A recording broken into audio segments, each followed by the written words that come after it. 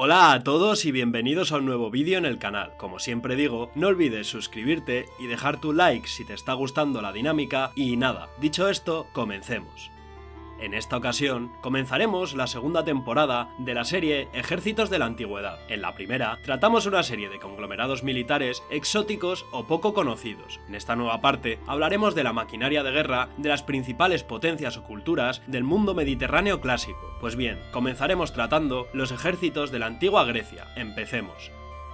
En el antiguo mundo griego, la guerra se consideraba un mal necesario de la condición humana, ya se tratara de pequeñas escaramuzas fronterizas entre ciudades-estado vecinas, de prolongados asedios a ciudades, de guerras civiles o de batallas a gran escala entre bloques de varias alianzas en tierra y mar. Las enormes recompensas de la guerra podían compensar los costes materiales y en vidas de estos conflictos. Aunque hubo largos periodos de paz y muchos ejemplos de alianzas amistosas, los poderosos motivos de la expansión territorial, el botín de guerra, la venganza, el honor y la defensa de la libertad hicieron que durante los periodos arcaico y clásico los griegos participaran regularmente en guerras tanto dentro como fuera de sus fronteras. Tras las bandas armadas dirigidas por un líder guerrero del periodo oscuro, las milicias urbanas de soldados a tiempo parcial que se proveían de su propio equipo y podían incluir a todos los ciudadanos de la polis, empezaron a alejar la guerra del control de los particulares y a situarla en el ámbito del Estado. Las asambleas o grupos de ciudadanos de élite ignoraban la guerra y eran los generales, los estrategos, quienes pasaban a ser responsables de sus acciones y a menudo eran elegidos para mandatos fijos u operaciones militares específicas. En las primeras fases de la guerra griega, en el periodo arcaico, el entrenamiento era aleatorio e incluso las armas podían ser improvisadas, aunque los soldados solían recibir una paga, aunque solo fuera para poder cubrir sus necesidades diarias. No había uniformes ni insignias y en cuanto terminaba el conflicto, los soldados regresaban a sus granjas. En el siglo V a.C.,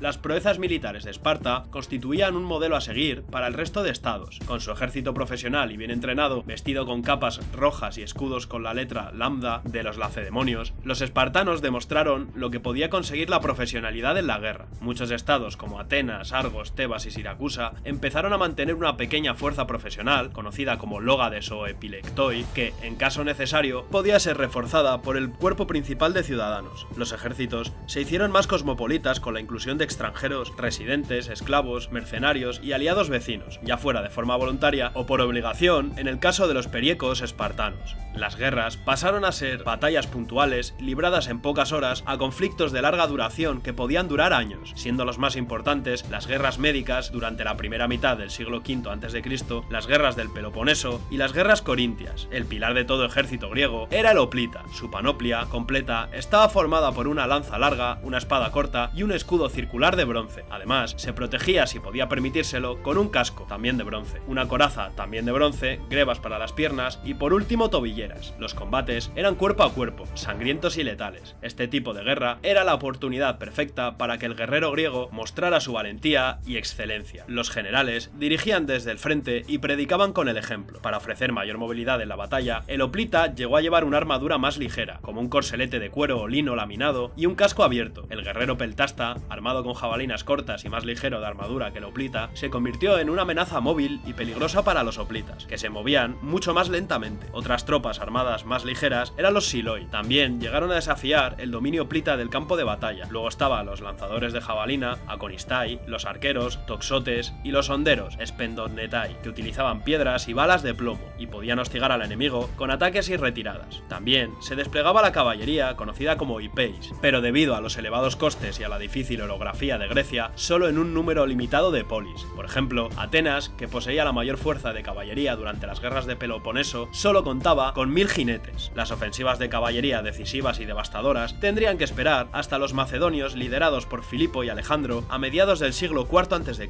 Los ejércitos también se estructuraron más, dividiéndose en unidades separadas con jerarquías de mando. Los lochoi era la unidad básica de la falange, una línea de soldados hoplitas bien armados y blindados y normalmente de 8 a 12 hombres en profundidad, que atacaban en cuerpo cerrado. En Atenas, estos lochos estaban dirigidos por un capitán capitán llamado los Chagos y se combinaban para formar uno de los 10 regimientos o taxeis, cada uno dirigido por un taxiarcos. Una organización similar se aplicaba en los ejércitos de Corinto, Argos y Megara. En la Esparta del siglo V a.C., el elemento básico era el enomotai, llamado pelotón, de 32 hombres. 4 de ellos formaban una pentecostis, compañía, de 128 hombres, y 4 de ellos formaban un locho, regimiento, de 512 hombres. Un ejército espartano solía constar de 5 lochoi con unidades separadas de milicia no ciudadana, los periecos. Las unidades también podían dividirse por edad o especialidad en armamento, y a medida que la guerra se volvía más estratégica, estas unidades operaban de forma más independiente, respondiendo a los toques de trompeta u otras señales similares en medio de la batalla. En el mar, algunos estados como Atenas, Egina, Corinto y Rodas amasaron flotas de barcos de guerra, en su mayoría trirremes, que les permitían forjar lucrativas alianzas comerciales y depositar tropas en territorio extranjero para establecer y proteger colonias. Incluso podían bloquear puertos enemigos y lanzar desembarcos anfibios. La mayor flota, como no podía ser de otro modo, era la de Atenas, que llegó a tener 200 trirremes en su apogeo, lo que le permitió construir y mantener un imperio en todo el Mediterráneo. El trirreme era un barco ligero de madera, muy maniobrable y dotado de un ariete de bronce en la proa que podían utilizar las naves enemigas, con 35 metros de eslora y una manga de 5 metros. Unos 170 remeros, sentados en 3 niveles, podían propulsar la nave hasta una velocidad de 9 nudos. También había a bordo pequeños contingentes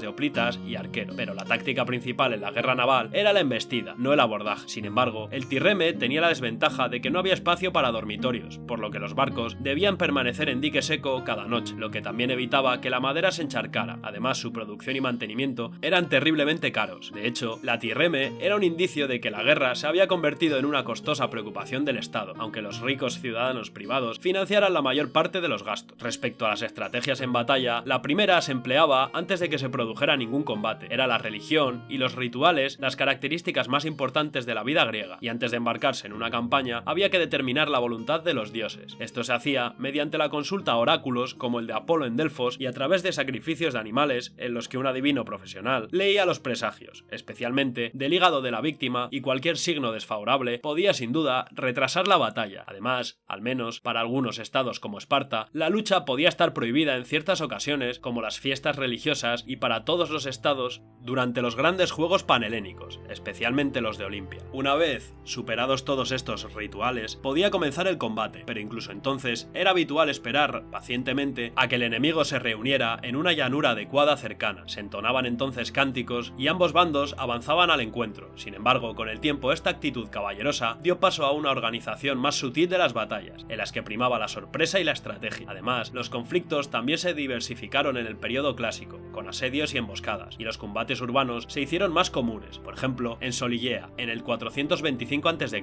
cuando hoplitas atenienses y corintios lucharon casa por casa, como si esto fuese el Stalingrado de la antigüedad. Respecto a los asedios, desde muy pronto la mayoría de ciudades-estado griegas contaban con una acrópolis fortificada. Esparta y Elis eran notables excepciones de esto, para proteger los edificios religiosos y cívicos más importantes y proporcionar refugio ante los ataques enemigos. Sin embargo, a medida que la guerra se hizo más móvil y se alejó de la tradicional batalla hoplítica, las ciudades trataron de proteger sus suburbios con murallas fortificadas. En respuesta al aumento del riesgo de ataques, surgieron torres de vigilancia independientes en los alrededores e incluso en fortalezas y murallas fronterizas. Muchas polis también construyeron fortificaciones para crear un corredor de protección entre la ciudad y su puerto, siendo la más famosa la muralla larga, que abarcaba los 7 kilómetros entre Atenas y el puerto del Pireo. Los asedios eran prolongados y la estrategia principal consistía en someter al enemigo por hambre. Las estrategias ofensivas con arietes y rampas fracasaban en gran mayoría. Sin embargo, a partir del siglo IV a.C., las innovaciones técnicas dieron cada vez más ventajas a los atacantes. Las torres de asedio con ruedas, utilizadas por primera vez por los cartagineses y copiadas por Dionisio I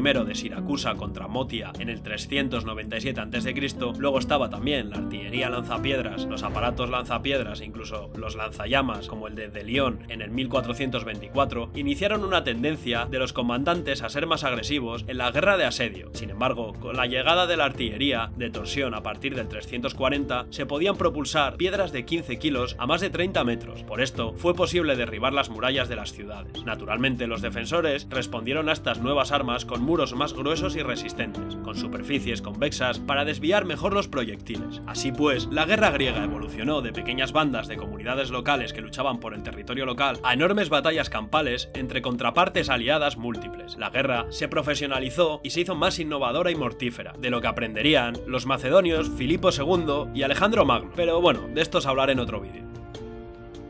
Y hasta aquí el vídeo. Espero que os haya gustado y nada, dale a like y suscríbete si así ha sido y eso, nos vemos en la próxima.